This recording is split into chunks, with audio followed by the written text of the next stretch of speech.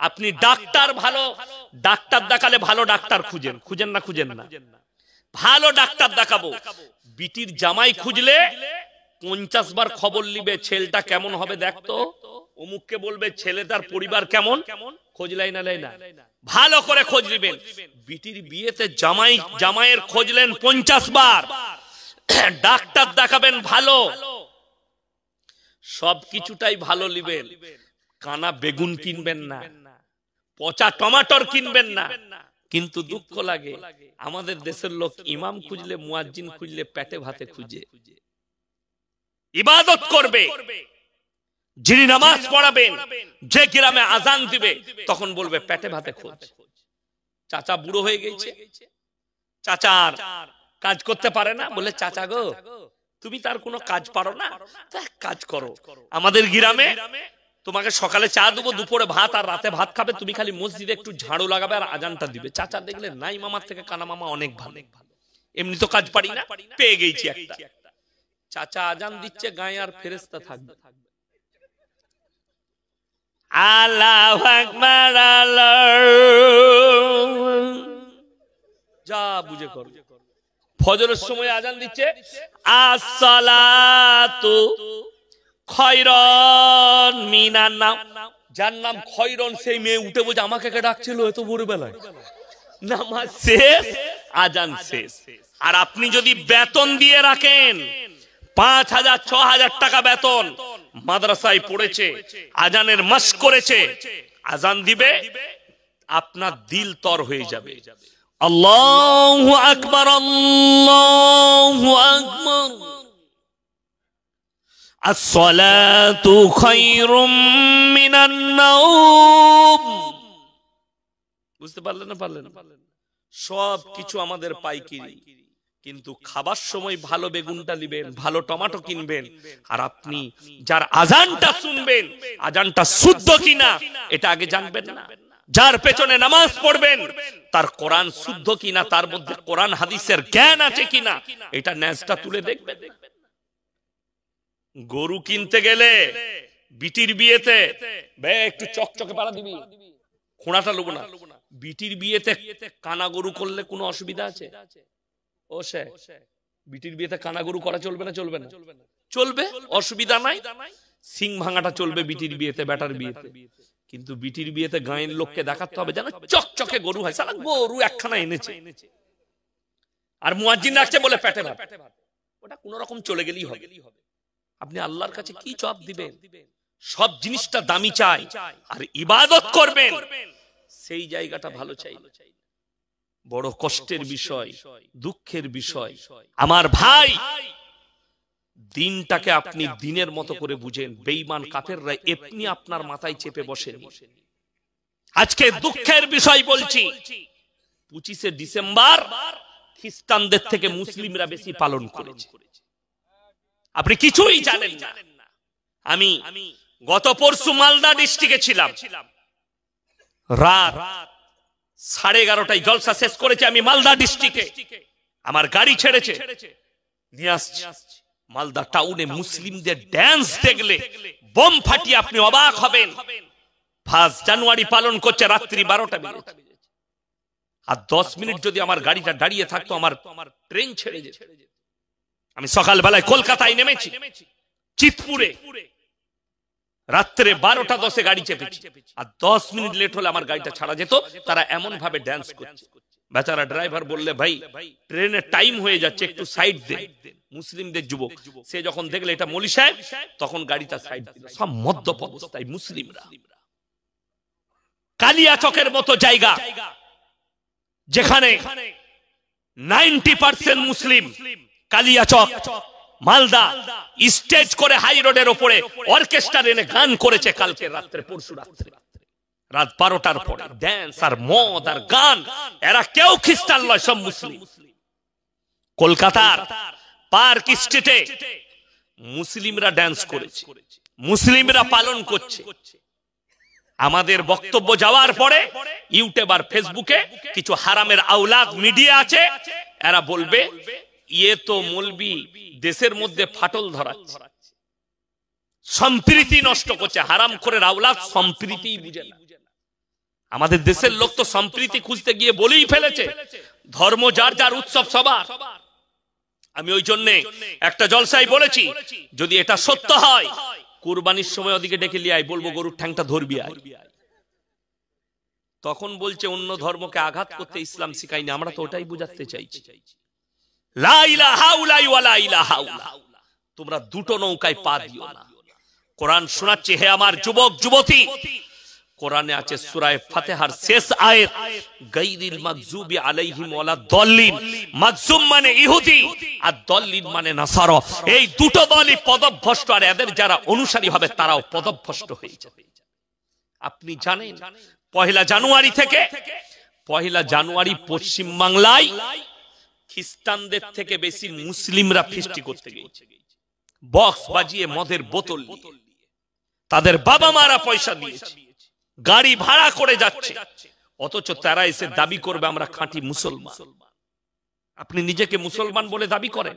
কে বলল আপনাকে গরুর মাংস খেলে মুসলমান হওয়া যায়, মুসলিম ঘরে জন্ম নিলে মুসলমান হওয়া যায়? কে বলল আপনাকে? ভাই, যদি মুসলমান ঘরে জন্ম নিলে মুসলমান হওয়া যায়, বাগুই আটিতে এক হারামের আওলাদ আছে যার নাম নাজিয়া ইলাহি খান। প্রতিনিয়ত ইসলামকে গালি দিচ্ছে, আল্লাহকে গালি দিচ্ছে, রাসূলকে গালি দিচ্ছে, কোরআনকে গালি দিচ্ছে, কিন্তু মুসলমান ঘরে জন্ম নিয়েছে। তসলিমা নাসরিন মুসলিম ঘরের মেয়ে না অমুসলিম? মুসলিম। তাকে মুসলমান বলা যাবে বাবা? যে মুসলমান ভাববে তার ঈমান চলে যাবে। সালমান খান মুসলমান ঘরের ছেলে না অমুসলিম? মুসলমান, কিন্তু তার পরিবারকে যারা বর্তমানে মুসলমান ভাববে তাদের ঈমান নষ্ট হয়ে যাবে। আমাদের দেশের অনেক ছেলের অনেক মুলবির জ্বলন হয়েছে, ইউটিউব আর ফেসবুকে আমাকে গালি দিয়েছে। পাকিস্তানের একজন ভালো স্কলার আছে, বক্তব্য দেয়, মোল্লা তারিক জামিল নাম, অনেকজন তিনার বক্তব্য শুনে দামি দামি কথা বলে। যাই হোক, দামি কথা, ইয়াসিন যত বড়ই বক্তা হয়ে যাক, আমার ভাষার মধ্যে মিস্টেক হতে পারে না, পারে না, ভুল হতে পারে না, পারে না। কেন? মানুষ ভুলের ঊর্ধ্বে নয়, মানুষ মাত্রই ভুল। নিসিয়ান থেকে ইনসান এসছে। নিসিয়ান শব্দের অর্থ হচ্ছে ভুলে যাওয়া, সেইখান থেকে ইনসান শব্দ এসছে। আমার ভাই তিনি একটা বক্তব্যে বলছেন, मैंने खबर लिया শোয়েব আখতার সে। শোয়েব আখতার একজন ক্রিকেটার মনে হয়, বোলার, पाकिस्तानी। बोले मैं उनसे खबर लिया कि सलमान खान बाप का बड़ा वफादार लड़का है। ये तो अच्छी बात है। আমার আগে কি বললেন ভাইজান, যে বাপ যদি শিরক করে বাপের সঙ্গে তোমরা নম্র ব্যবহার করবে, দাওয়াত দিবে যে শিরকটা, বাপ যদি শিরক করতে বলে সেই হুকুম পালন করা যাবে না, কিন্তু বাপের সঙ্গে খারাপ ব্যবহার করতে পাবে না।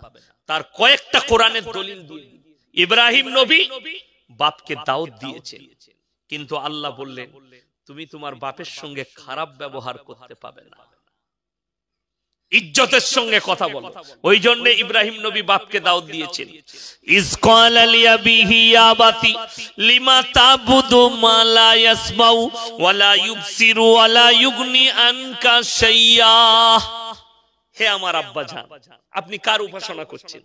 ইব্রাহিম নবীর বাপের তিনটে কাজ ছিল, মূর্তি তৈরি করা, মূর্তি বিক্রি করা, মূর্তির উপাসনা করা, তিনটে কাজ। আপনি কার উপাসনা করছেন? যারা হাত পা নাড়তে পারে না, কথা বলতে পারে না, যাদের নিজস্ব কোনো লড়ার ক্ষমতা নেই, আপনার কি উপকারে দিতে পারে? এটা শয়তানের রাস্তা। হে আমার আব্বা, আপনি এটা ছেড়ে আমার ওপরে নবী হিসাবে আমাকে বিশ্বাস করুন, আমার আল্লাহকে বিশ্বাস করুন। ইব্রাহিম নবীর বাপ দাওয়াত কবুল করেন। কথাটা বুঝে এসছেন? কিন্তু তুমি তোমার বাপের সঙ্গে খারাপ ব্যবহার করতে পারো। এর থেকেও মারাত্মক আয়াত দলিল আছে কোরআনে, সেটা হচ্ছে ফিরাউন নিজেকে বলেছিল আলা রাব্বুকুমুল আলা, আমি তোমাদের রব। মুসা নবীকে আল্লাহ যেদিনে নবুয়ত দান করলেন আর তার ভাই হারুনকে দাওয়াত দিতে যাও, কাকে? ফিরাউনকে। কিন্তু মাথায় রাখবে হে আমার মুসা, মুসা নবী বললেন আল্লাহ কিভাবে দাওয়াত দেব? সে তো নিজেকে আল্লাহই দাবি করে, নিজেকে রব বলেছে। আল্লাহ দাওয়াত শিখিয়ে দিলেন কিভাবে দাওয়াত দিবেন। কুলু কাউলা লাইয়িনা, নরম করে বলবে, বিনয়ী ভাবে বলবে, যেহেতু সে তোমাকে লালিত পালিত করেছে নিজের সন্তানের মতো। নম্র ভাষায় দাওয়াত দাও। হিদায়েতের মালিক আমি আল্লাহ। জোরে বলুন সুবহানাল্লাহ। নম্র ভাষা। ওই জন্যে আপনি বাপের সঙ্গে ভালো ব্যবহার করুন, নম্র ব্যবহার করুন। বাপ যদি শিরক করতে বলে সেই কথা মানা যাবে না। বাকি বাপের সঙ্গে আপনি ভালো ব্যবহার করুন। আমার ভাই, অনুরোধ করে বলছি, আপনি মুসলিম ঘরে জন্ম নিয়েছেন, মুসলমান নয়, তিনি বলছেন বড়া ওয়াফাদার হ্যায় और अच्छा फैमिली है, अल्लाह इन सब को जन्नत अता फरमाए। আমি বললাম नाउज बिल्ला, मौलाना ऐसे दुआ कैसे कर सकते हैं बगैर मालूमात के। और हम हिंदुस्तान के हैं। যারা মনে করছেন আপনি তো পশ্চিম বাংলার মানুষ, আপনি কি করে সলমান খানের খবর জানেন? আমার বাড়ির কাছের লোক, আমার অন্তরের লোক ফিল্ম সিটিতে কাজ করে, ফিল্ম সিটির ভেতরে, একদম ভেতরে। সেখানে স্টেজ যেগুলো হয় সে ভাড়া দেয়, তার কাছ থেকে যায়, বিরাট ব্যবসা মুম্বাই। আমি তাদের কাছে গিয়ে থাকি। শুধু তাই নয়, সব থেকে বড় দলিল হচ্ছে সোশ্যাল মিডিয়া। যাদের কাছে বড় মোবাইল আছে ইউটিউব খুলেন, সালমান খানের গোটা পরিবার গণেশের উপাসনা করে, তার বাড়িতে গণেশের পুজো হয়। আল্লাহর কসম করে বলে যাচ্ছি, কোরআনের দলিল দেবো আপনাদিকে, কেউ যদি মুশরিক হয়ে মারা যায় তার লেগে দোয়া করতে পাবে না। বেঈমান কাফের মুশরিকের জন্য দোয়া করা যাবে না। আমার নবী জনাবে মুহাম্মদুর রাসূলুল্লাহ, সকলে বলুন সাল্লাল্লাহু আলাইহি সাল্লাম, তার দলিলটা শুনেলেন। আমাদের দেশের অনেক লোক আছে, আপনার সন্তান নাস্তিক, এই নাস্তিকতা যদি প্রকাশ পেয়ে যায়, যদিও সে মুসলিম ঘরে বাস করে, তার বাপ তাহাজ্জুদ গুজার হোক, তার মা তাহাজ্জুদ গুজার হোক, তার বাপ হাজী সাহেব হোক, ছেলে যদি নাস্তিক হয়, ছেলে যদি আল্লাহ বিরোধী হয়, রাসূল বিরোধী হয়, কোরআন বিরোধী হয়, সে যদি ওই অবস্থায় মারা যায়, না তার জানাজার নামাজ পড়া যাবে, না তার দাফন কাফন কবরস্থানে করা যাবে। এটা শরীয়ত বলছে। কি করবেন? কুকুরকে খাইয়ে দেন, নদীর কিনারায় ফেলে দিয়ে আসুন, নাহলে কোথাও গিয়ে পুঁতে দেন, কবরস্থানে দাফন করা যাবে না। তার জানাজা যদি কোনো মৌলবি পড়ায়, জেনে শুনে কিয়ামতের দিনে আল্লাহর কাছে হিসেব দিয়ে উদ্ধার হতে পারবে, আল্লাহ আটকাবে। শুনেলেন দলিল। আল্লাহর হাবিব সাল্লাল্লাহু আলাইহি সাল্লামের কাছে একজন এসে বললেন, ইয়া রাসূলুল্লাহ, আপনার চাচা যান যেন মৃত্যু শয্যায় শুয়ে আছে, মারা যাবে। নবীজি ছুটলেন, হে আমার চাচা, হাতটা ধরে বললেন, আপনি একবার খালি কলমাটা পড়ে নিন, আমি আল্লাহর কাছে আপনার জন্য কেঁদে কেঁদে ক্ষমা চাই। নবীজি সাল্লাল্লাহু আলাইহি সাল্লামের চাচা যান উত্তর দিলেন, হে আমার ভাইপো, আমি যদি বার্ধক্যে কলমা পড়ি, লোকে বলবে মৃত্যু ভয়ে কলমা পড়েছে, অর্থাৎ আমি কলমা পড়তে পারবো। নবীজির চোখ দিয়ে পানি এলো, রাসূলের চোখে পানি। নবীজি চাচা যান চলে গেলেন। এরপরে নবীজি আল্লাহকে বললেন, আল্লাহ তুমি আমাকে যতদিন না নিষেধ করবে, আমি আমার চাচার জন্য কেঁদে কেঁদে আপনার কাছে ক্ষমা চাইব। নবীজি ক্ষমা চাইছেন নিজের চাচার জন্য আল্লাহর কাছে, আল্লাহ আমার চাচাকে ক্ষমা করে দাও। কেন? যতদিন তিনি বেঁচে ছিলেন বলেছিলেন, শোনো হে আমার ভাইপো মুহাম্মদ, তুমি ইসলামের প্রচার করো, আমি বেঁচে থাকতে তোমার শরীরে কেউ হাত লাগাতে পারবে না।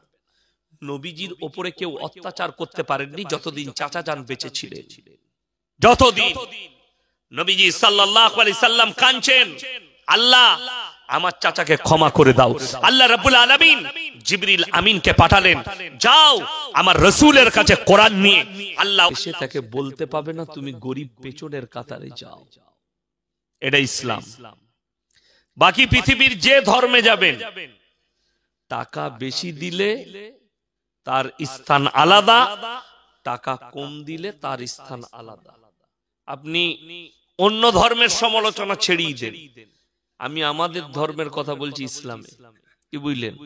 অনেক জায়গা আছে, অনেক স্থান আছে আমাদের বীরভূমে, বর্ধমানে অনেক হুজুর আছে, তাদের কাছে গেলে যেমন টাকা দিবেন তেমন দোয়া। কথাটা বুঝতে পারেন না? টাকা দিলে ৫,০০০ টাকা দিলে সালামু আলাইকুম, একটু ক্ষীর খেয়ে বিরিয়ানি খেয়ে যাবে। আর ১০ টাকা দিলে আউট। কথাটা বুঝতে পারেন? আমি অন্য ধর্মের সমালোচনা করব না। কেন? একটা কথা বলে দিই, কোরআন শুনিয়ে দিই। ওয়ালা তাসুব্বুল্লাযীনা ইয়াদউনা মিন দুনিল্লাহ ফায়াসুব্বুল্লাহা আদওয়াম বিগাইরি ইলম। তোমরা তাদেরকে গালি দিও না আল্লাহ ছাড়া যাদের ইবাদত করে, দেবদেবীর উপাসনা করে। তাদের দেবদেবীকে গালি দিলে তারা অজ্ঞাত অবস্থায় তোমার আল্লাহকে গালি দেবে। এটা কোরআন, আল্লাহ নিষেধ করলেন। তোমরা তাদের ধর্মকে, দেবদেবীকে গালি দিলে সে জানেই না তোমার আল্লাহকে গালি দিলে তোমার ক্ষতি হবে। আপনি কি করবেন? আপনি শিরকটা বুঝান, বেদাতটা বুঝান, ইসলামটা বুঝান, আপনি দাওয়াত দেন। কেউ কি না বলে আল্লাহ যার তকদিরে হিদায়াত লেখা আছে সে হিদায়াত পাবে। পাবে না পাবে না? হিদায়াত কার হাতে? আল্লাহর হাতে। যদি মনে করেন এই বক্তাকে দাওয়াত দিলে লোকরা হিদায়াত পাবে, তারা গুমরাহ, কখনোই নয়। তার আগে কোরআন শুনিয়ে দিই, যারা মনে করছেন কিছু মৌলবীর হাতে, কিছু হুজুরের হাতে হিদায়াত আছে, এই মৌলবীকে ডাকলে বাংলাদেশের এই বক্তাকে দাওয়াত দিলে হিদায়াত পাবে, এই বক্তাকে দাওয়াত দিলে না, ইয়াসিনকে দাওয়াত দিলে হিদায়াত পাবে না। আমার পরে আমার ভাইজান আছেন, বড় ভাই, তিনি আসবেন। দেলওয়ার হোসেন সাইদি সাহেবের নকলে মারাত্মক গলা, আমি ছোট থেকে দেখছি উনাকে, আমার থেকে অনেক বয়সে বড়। তো উনার হয়ে গেছে, ও বাবা, সব সেরেই ফেলেছেন। মানে সব থেকে নরমালটাকে লাস্টে রাখ, যা হবে দেখা যাবে। কথাটা বুঝতে পারেননি? তাহলে ইনারা খুব চালাক, আমাকে লাস্টে রেখেছে। যাই হোক, চলুন কোরআন শুনেলেন, আপনাদিকে শুনিয়ে দিই। লোকের ধর্মকে গালি দিও না। তার কারণ আপনি নিজের ধর্মের প্রচার করুন। হিদায়াত আল্লাহর হাতে, কারুর বায়ানে নাই, কারুর তাকরিরে নাই। দাওয়াত আপনাকে দিতে হবে, হিদায়াত আল্লাহ দিবে। কোরআন হাদিসের বায়ান আপনি করে যান, মানুষকে দাওয়াত দেন, দ্বীনের দাওয়াত দেন, হিদায়াত আল্লাহর হাতে। ইন্নাল্লাযীনা কাফারু সাওয়াউন আলাইহিম আনজারতাহুম আম লাম তুনজিরুহুম লা ইউমিনুন। আপনি যত দাওয়াত দিবেন দেন, হে নবী যত কোরআন শোনাবে শোনাও, কিন্তু তারপরও তারা মেনে নিবে না। নবীজি বললেন, আল্লাহ কেন? আল্লাহ উত্তর দিলেন, খতামাল্লাহু আলা কুলুবিহিম, তাদের হৃদয়ে, কুলুব মানে হৃদয়, হৃদয়ে তালা মারা গেছে। ওয়ালা সামিহিম, তাদের কানেতে মোহর মারা গেছে। ওয়ালা আবসারহিম গিশাওয়া, চোখেতে পর্দা পড়েছে, লজ্জা শরমের মাথা খেয়েছে, তারা আর আল্লাহর ঘরের দিকে ধাবিত হবে না। ওয়ালাহুম আযাবুন আযীম, আমি কিয়ামতের দিনে তাদেরকে কঠোর শাস্তি দেব। অর্থাৎ হিদায়াত আল্লাহর হাতে। আপনারা কি মনে করছেন আমি বায়ান শুরু করেছি? না, ভূমিকা টানছি। আমার বায়ান সবাই নিতে পারেন, আমি গাল খাওয়া বক্তা, লোকে গাল দেয়। যাই হোক, ওটা আমার জন্য দোয়া, এটা আমি মনে ভাবি। গালটা আমার জন্য দোয়া, আল্লাহর কৃপা। আর যারা দোয়া দেয় সেটাও আমার জন্য দোয়া, ভালোবাসা। কালকে ত্রিপুরায় ছিলাম, আজকে এখানে। রুজির মালিক আল্লাহ, হায়াত মত, ভালো মন্দ, কল্যাণ অকল্যাণের মালিক সকলে বলুন কে? আল্লাহ। এইটা যদি আপনার বিশ্বাস হয়, তাহলে কখনো মুসলমান লটারির টিকিট কাটে? কথাটা বুঝতে পারেন? সব থেকে কম বেতন কার? মৌলবীদের, ইমামদের। আচ্ছা, ইমাম সাহেবদের যদি কম বেতন হয়, সব থেকে যদি জায়েজ হতো, সব থেকে আগে লটারি কারা কাটতো? আমরা মৌলবীরা। কথাটা বুঝতে পারেননি? লাইন আমাদের থাকতো, হারাম বলে আমরা নাই, হালালের উপরে ভরসা। আল্লাহ রাসূল সাল্লাল্লাহু আলাইহি সাল্লামের হাদিস শুনলেন, চোখ দিয়ে পানি আসবে।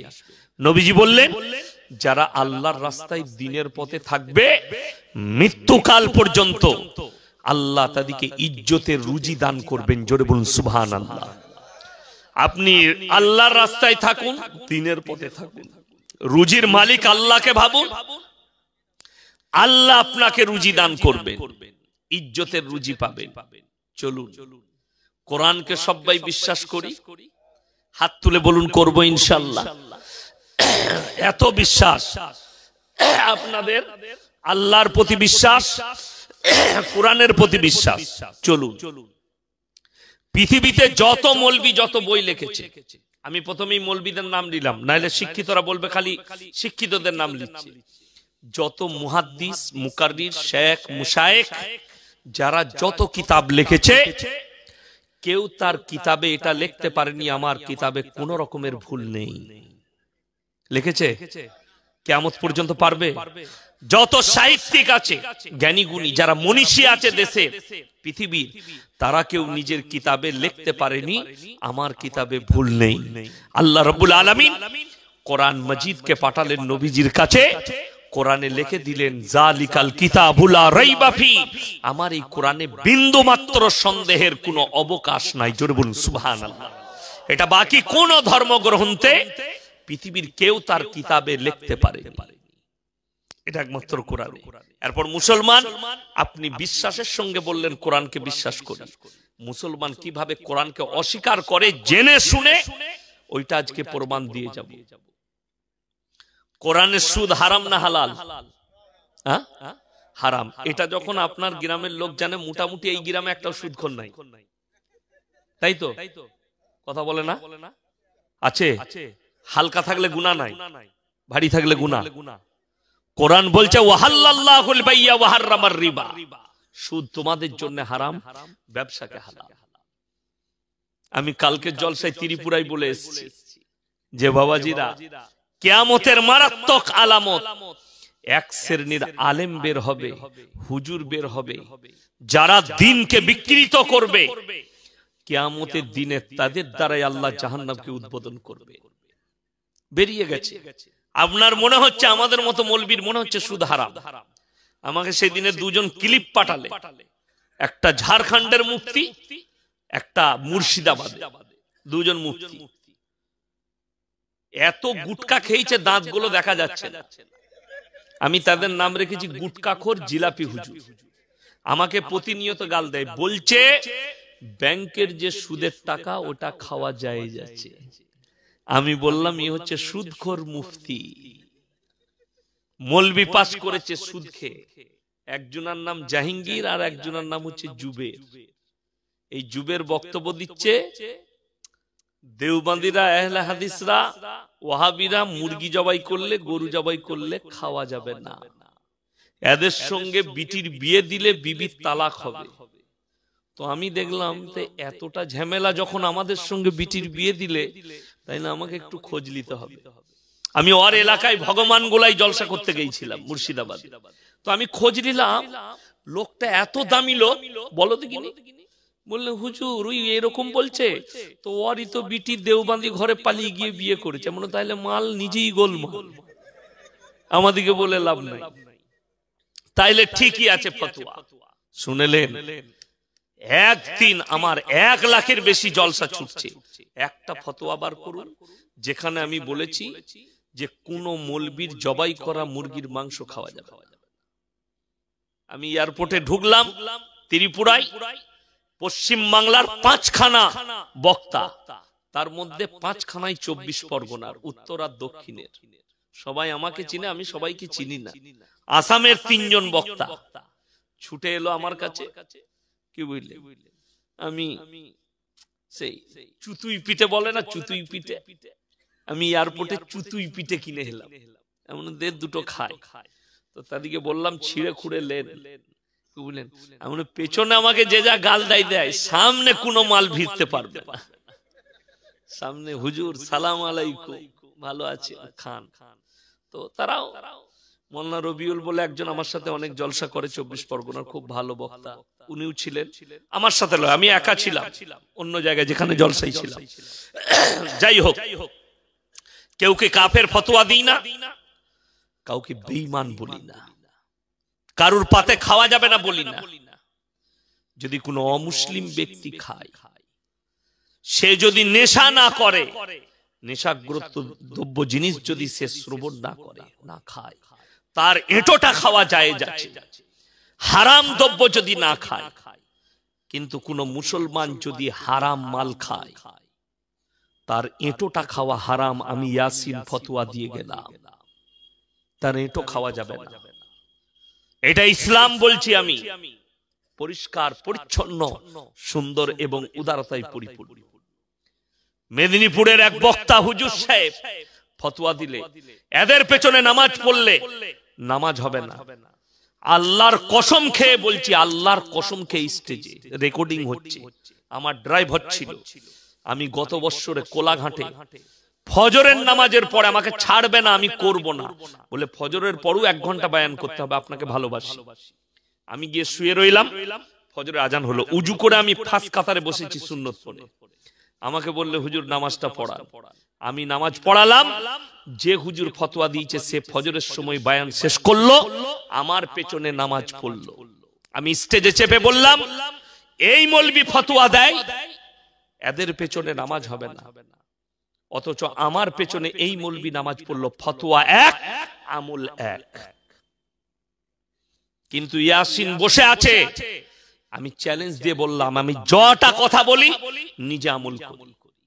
জীবনে একটা পান মশলা খাই নাই, ওই জন্য আমি বিড়ি খেতে মানা করি, সিগারেট খেতে মানা করি, গুটকা খেতে মানা করি। জীবনে একটা পান মশলা খাই না, খাবার ছাড়া কোন নিশা নাই। আল্লাহ যেটা হালাল করেছে সেটা খাবো, বাকি একটা। আপনাদেরকে অনুরোধ করে বলছি, সুদ হার হালতে হারাম, আল্লাহ তাআলা হারাম করেছে। রাসূলের হাদিস, 1 টাকা যদি কেউ সুদ খায় নিজের মায়ের সঙ্গে 36 বার জিনা করার সমান পাপ। জোরে বলুন নাউজুবিল্লাহ। 36 বার জিনা করার সমান পাপ। এটা ইসলাম বলছে, আমি রাসূলের হাদিস। এরপরে যে মুসলমান সুদ খাবে, আল্লাহর সঙ্গে যুদ্ধ ঘোষণা করলো না? করলো না? কথা বলেন। যে মুসলমান সুদ খেলো সে রাসূলের সঙ্গে যুদ্ধ ঘোষণা করলো। আগে চলুন, মদ খাওয়া হারাম না হালাল? কোরআনে আছে স্পর্শ করা হারাম। স্পর্শ করা, নেশাদ্রব্য জিনিস তোমরা স্পর্শ করো না, হারাম তোমাদের জন্য। চলুন আপনাকে বলে দিই, মুসলমান মদ খায় না? খায় না? কথা বলে না? খাওয়াটা অনেক দূরের কথা। আমি আপনাদের এই থানাটা কি বাদুরিয়া থানা? এই বাদুরিয়া থানায় দেখিয়ে দেবো মুসলমান মদ খায় তো খায়, মদ বিক্রি পর্যন্ত করে। ঠিক বললাম না ভুল বললাম? হ্যাঁ। কিন্তু আপনি জানেন আপনার ধর্মকে একটা অমুসলিম ভাই কতটা রেসপেক্ট করে? এটা জানতে হলে তাদের হোটেলে প্রবেশ করতে হবে কোন কোন জায়গায়। 34 নম্বর জাতীয় সড়ক, বকখালি ডালখোলা রোড, যখন আপনি বারাসাতে চাপবেন, চলে যান কৃষ্ণনগরের দিকে, বহরমপুর পার করেন, পলসন্ডা মোড়, তারপরই হাই রোডের গায়ে আছে পাপ্পুদা ধাবা, পাঞ্জাবিদের 2 ভাই, মুখে চাপ দাড়ি, মাথায় পাগড়ি, বসে দোকান চালাচ্ছে। তার দোকানে 3টে বোর্ড লাগানো আছে, 3টেই মুসলমানের ঈমান বাঁচানো বোর্ড। নাম্বার 1, মদ পান করা নিষিদ্ধ। নাম্বার 2, মদ বিক্রি নিষিদ্ধ। নাম্বার 3, ধূমপান নিষিদ্ধ, নো স্মোকিং। এখানে ধূমপান করা যাবে না। আমি মাঝে মাঝে নাস্তা করি, চা খাই, খানা খাই। সে জানে আমি যেখানটায় ব্যবসা করছি এখানে 70% মুসলিমের বাস, মুসলিম আবাদি বেশি, আর মুসলমানদের কাছে মদ হারাম, তাই আমার এই ব্যবসাটাও করা যাবে না। তার থেকে 15 কিলোমিটারের মাথায় আমি মুসলিমদের হোটেল দেখাবো, হারামখোর মদও খায়, মদও বিক্রি করছে। এটা বাস্তব, ভেবে দেখুন আপনি। ওই জন্য আল্লামা ইকবাল লিখেছেন, ইস ঘর কো আগ লাগি ঘর কি চিরাগ। মুসলমান তোমরা নিজেদের ঘরে নিজের আগুন ধরিয়েছো। দাড়ি কাটাটা নেকির কাজ না দাড়ি রাখাটা নেকির কাজ? কথা বলে না? রাখাটা। আপনারা হাত তুলে বলুন তো, আপনার এখানে পঞ্চায়েত প্রধান আপনাদেরকে চাপ দিয়েছে দাড়ি রাখতে পাবি না? কথা বলে না? কাউন্সিলর চাপ দিয়েছে, পশ্চিমবঙ্গ রাজ্য সরকার চাপ দিয়েছে, মোদী সরকার চাপ দিয়েছে। বড় কষ্ট। আপনি বর্ডারে যান, বনগা বর্ডার, আপনার যেখানে বর্ডার আছে চলে যান। বর্ডারে বিএসএফরা চাকরি করছে, তাদের মধ্যে একটা জাতি আছে আমাদের দেশের, পাঞ্জাবি। বর্ডারে ফোর্সের চাকরি করছে, তার মুখেতে দাড়িও আছে, মাথায় পাগড়িও আছে।